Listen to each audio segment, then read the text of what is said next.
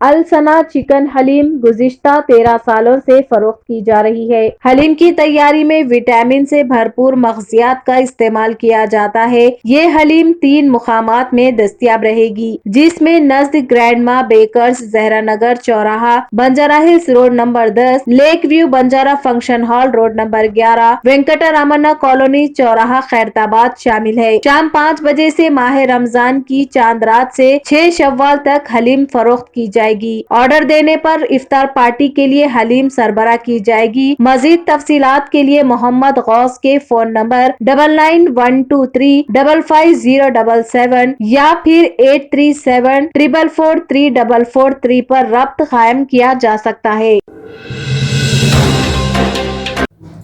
आदाब नाजरीन, Saiyaara news TV में आपका खैर मकदम है। मैं आपका दोस्त सैयद अफरोज। आइए देखते हैं कुछ खबरें। शहर हैदराबाद के लाल बहादुर स्टेडियम में वजीर आला के चंद्रशेखर राव की जानिब से हर साल की तरह इस साल भी दावत इफ्तार व डिनर का आज बतारीख 12 अप्रैल बरोज़ चाशंबे को एहतमाम किया गया।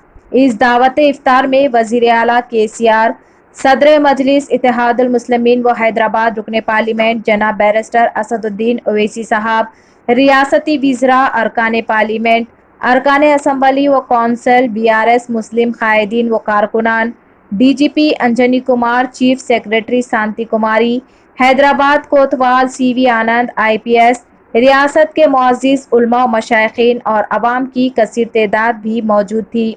इफ्तार से कबल LB स्टेडियम में पहुंचते ही CM KCR ने सबसे पहले हर साल की तरह इस साल भी यतीम बच्चों में रमज़ान के तोहफ़े तकसीम किए।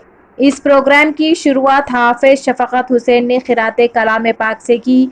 बाद-अज़ां वज़ीर दाखिला जनाब मोहम्मद महमूद अली ने खिताब करते हुए कहा कि CM KCR एक सेक्युलर CM है और रियासत में अमन व अमान की बरकरारी के अलमबरदार है। इस तकरीब से खिताब करते हुए CM KCR ने सबसे पहले रियासत और मुल्क की आवाम को रमज़ान की मुबारकबाद दी और दावत इफ्तार में शिरकत करने पर तमाम का शुक्रिया अदा किया। उन्होंने 9 साल के दौरान रियासत की तरक्की और रियासत की अक़लियती बहबूद की स्कीमात और सरगर्मियों पर तफसीली रोशनी डाली।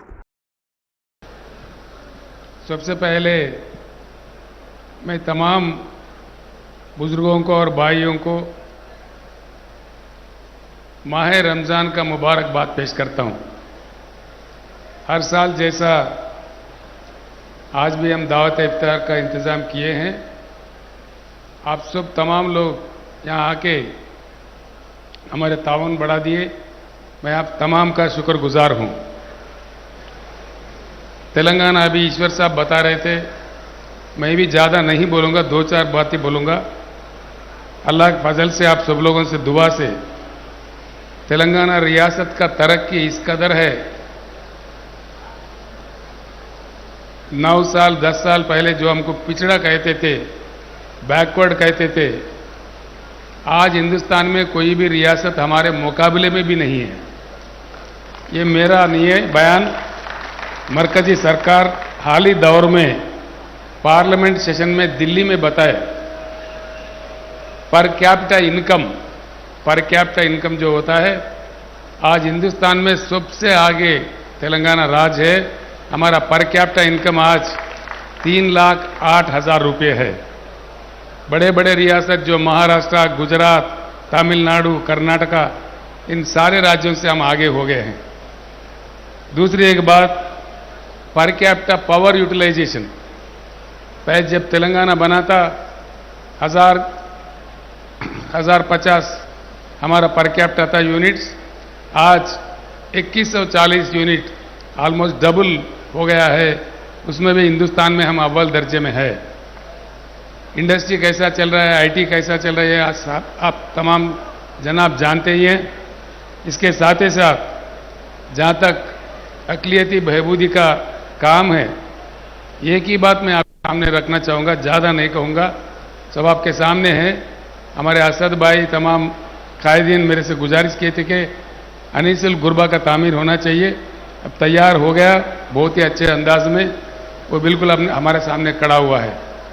दूसरी बात है, TRS अभी BRS के हुकूमत आने से पहले यहाँ कांग्रेस पार्टी का हुकूमत था 10 साल के लिए।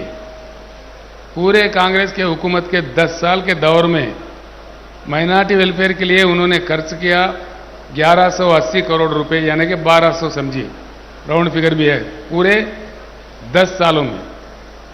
जब से टीआरएस सरकार अब बीआरएस बन गई है, जब से बीआरएस सरकार आई है, इन 10 सालों में यानी कि 9 साल गुजर गए, 10वां साल का बजट पेश भी हुआ, कुल मिलाकर के देखें तो 12,000 करोड़ रुपए ये सरकार ने खर्च किया है।